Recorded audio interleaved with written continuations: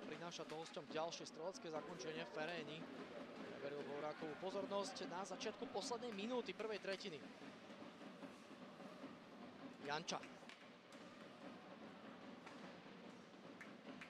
Ečko na modrú, Bystričan, dečovaný puk a je to gól!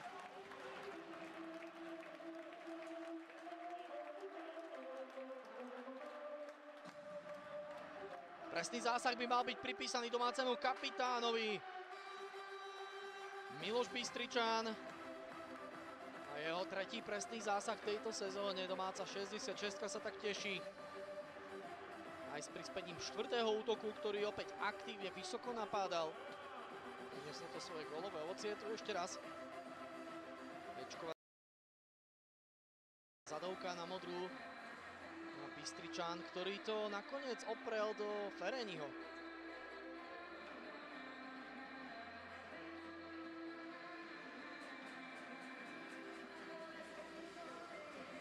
Od chrbta hostujúceho brániaceho útočníka sa puk odrazil do vzduchu.